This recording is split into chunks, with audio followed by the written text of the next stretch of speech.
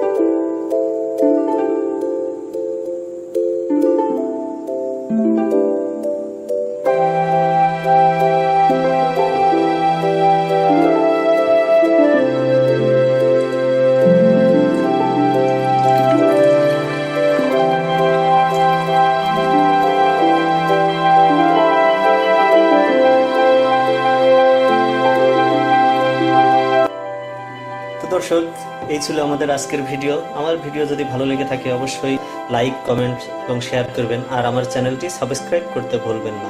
ধন্যবাদ সবাইকে, ভালো থাকবেন, আল্লাহ হাফেজ।